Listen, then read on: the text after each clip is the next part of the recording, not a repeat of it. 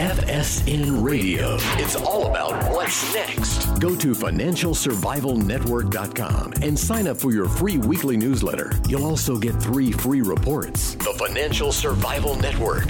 It's all about what's next.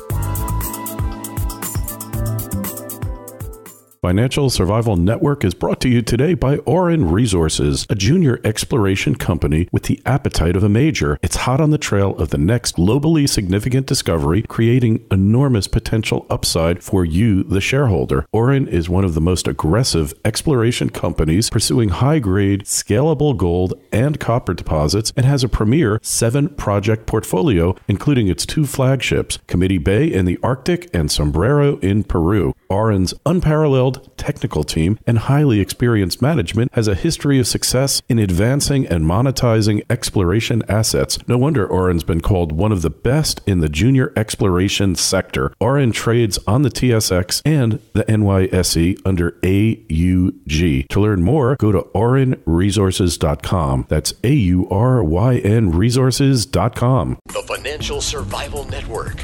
It's all about what's next. Welcome. You are listening to the Financial Survival Network. I'm Kerry Lutz. It's April Fool's Day 2019. Hey, did you hear that one? The economy is firing on all cylinders. It's doing great, better than ever before. Oh, wait. They were saying that before April Fool's Day. But the march to socialism continues. AOC is on her uninformed, ignorant, ill-advised mission to make socialism great once again. But you can't make something great that was never great in the first place, that has been the ultimate wealth destroyer and civilization destroyer throughout history. Hey, well, as always, you got a view on this, you want to get involved, email us, kl@kerrylutz.com. So someone we haven't had on in a while, Dr. William H. Northwell. Dr. Northwell, you're political expert, conservative analyst, and author of Return to Capitalism. Welcome back to the show. And so what about the emerging socialist left? The people who think they know how to fix whatever ails society, just take everything over and let the government run it. Is that a prescription for prosperity? Absolutely not. I've written a book on capitalism, thinking, maybe it could change a few minds. This socialistic idea sweeping the country, and so many of the Democrats are aligned with it. It's very dangerous. It just is a very wasteful, inefficient way to run a country, with government planning what used to be planned by each individual for the individuals to vote for socialistic politicians that are going to do all, why worry about how I'm going to get my health care? Let's let government take care of it. Well, it's a very wasteful thing that ends up with a lot of debt, and debt eventually destroys the country.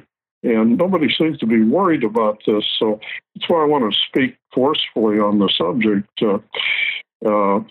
Socialism just leads to no good ends. I mean, you can look at Venezuela, but, think back on Germany in the 30s being the most socialistic country on the face of the earth and what that led to.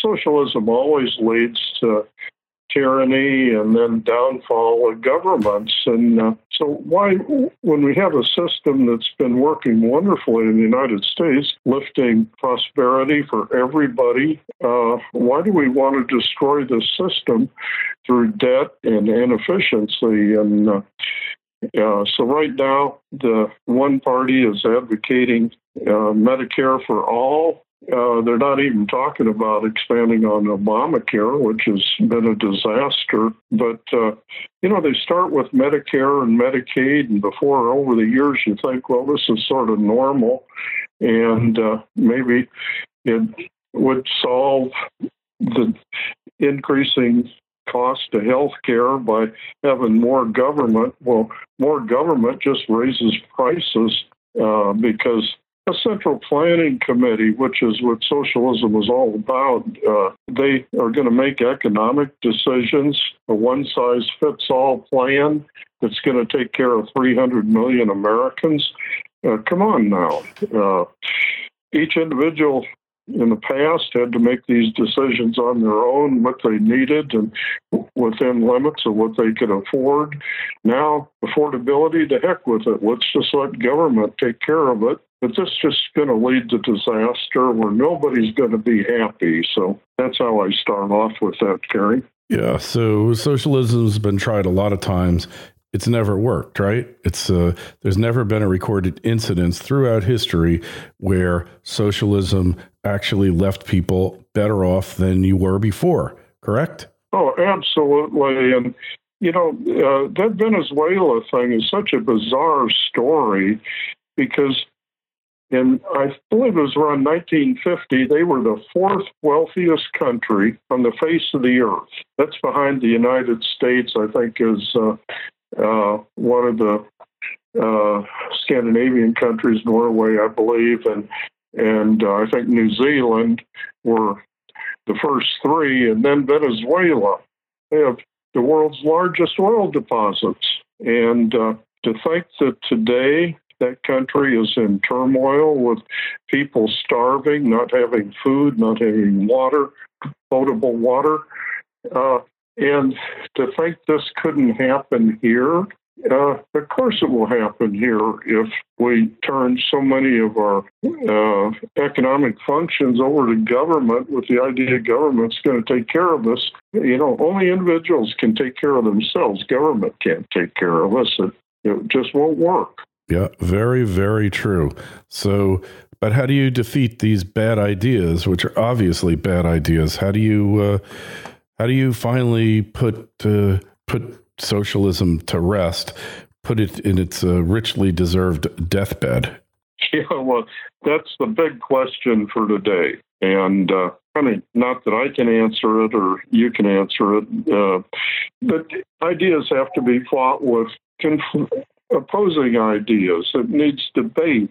And there's very little popularity and very small numbers of people that are speaking up against the socialistic thing. It's being embraced by more and more of the Democratic contenders for president. And, of course, people running for Congress and the House of Representatives, they sort of follow the lead of the contenders for presidency. This has to be counterbalanced by opposing viewpoints with good ideas and ideas that make sense. The political debate has to be carried out, but I think our national news media has sort of failed to represent a balanced approach, giving views of both sides. It seems like the national news media and where people get their information now more and more off the internet are only getting one side views of economic future under socialism or capitalism. So I don't know. It's a little discouraging, but people have to continue speaking out, such as yourself and others like you. And I don't know how else to combat this.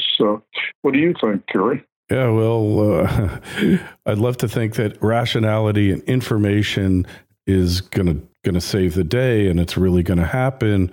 But I've seen too much in the past couple of decades to think that. I think it's a war, and it's a war of ideas, of which socialism has no new ideas, and it's got to be defeated once and for all. But when half the Republican Party are just socialists, Democrats, rhinos, whatever you want to call them, I think it's very difficult to get that through. There's really nobody who's really fighting for Western civilization here. Nobody's fighting for it. Yeah, I have to give the president high marks. Just about a week ago, he gets out of this. The Mueller report is finalized and sort of takes a burden off the president, and he decides to pivot, if you will, take up a new issue, and he comes back and says, hey, let's make the Republican Party the party of health care. And then some of the leaders in the Republican side in the Senate said, oh, we don't want to bother going back. That's sort of a settled issue. Well, this is a biggie.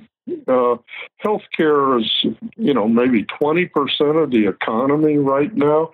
It's a huge amount of resources, money, people involved. It's just a huge, huge thing. And the idea that, let's say, the 180 million Americans that receive their health care through the private insurance industry, which they paid for, are going to all of a sudden give this up and let the government just take over, and maybe they'll supply what these people need. Maybe they won't, but I don't think these people, 180 million that have their insurance from on the private side, are going to give it up very easily. Right. So it's a big deal. Yes, it certainly is. And, like I say, I think we've been losing this war because it hasn't really been perceived as a war, and nobody has really gone after it and said, this is a war for Western civilization, and we need to fight it as such. And that's what I find disturbing because, look, there's a lot of inequities, a lot of bad things in capitalism. It's not a pretty thing, but it's like Winston Churchill said, Doctor, democracy is the worst system in the world except for all the others. And you know what?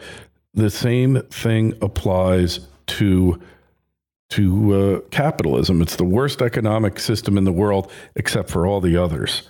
And we know this. And what we have in the U.S. is some kind of hybrid between socialism and capitalism. It's a transitioning system, I guess. And we need to do something about it because otherwise there's not going to be a system that can be saved. Yeah, if I have a minute left, just briefly, there's a lot of confusion over what capitalism is. People think, well, that was Henry Ford, or today it's Bill Gates. Capitalism is anybody, a shop owner, a doctor, a lawyer, anybody who creates a little business and earns some money from it and then takes his money and reinvests it in his business and makes more money. But I think what's confusing is, let's say out of 100 workers, maybe for 100 people, there's one or two business owners, and all the rest are workers that work for such small or medium, large businesses. The workers benefit also because they have more jobs available to them in a capitalistic system, so there's more choice to move around to jobs they like best and to compete, find more money, higher salary. So capitalism isn't for greedy rich people stealing from the masses. Capitalism benefits everybody, and government-run things outside of which you just have to have a civil society. Everything else is just up for waste and corruption and graft and inefficiency and just running up debt. So yeah, I know that. I know that, and you know that. But AOC doesn't know it, and half the millennials, more than half, don't know it. So it's not just enough to say that. You have to do something else, right? Well, a 29-year-old is just getting started, and I have to say she's attractive to look at and sort of fun to watch on television, and she's got quite a following, but she's got a lot to learn. Did they say she was an economics major? Yeah, hard to believe. That. Hard to believe. I can't believe that. Yeah, I can't either, I really can't believe it either, but that's the case. Well, anyway, so your book, where do we find it, Dr. Northam? Well, it's on Amazon. It's on Barnes & Noble. Go to either William Northwell and under books, and it'll come up, or Return to Capitalism, the title. Put that into Amazon or Barnes & Noble. It'll come up. It's about $20. And I'm on the second edition. I'm now planning for a third edition to sort of clean up a few things, modernize it a little. All right, excellent. And it's go to my website, www.williamnorthwell.com, and it'll tell you about my book and some ideas. Okay, excellent, Dr. Northwell. Appreciate you coming on. Hey, questions, comments for myself or the good doctor, KL@KerryLutz.com, Twitter feed @KerryLutz, Facebook page, Financial Survival Network. Doctor, thank you so much. We'll talk to you again soon. Thanks for having me, Kerry.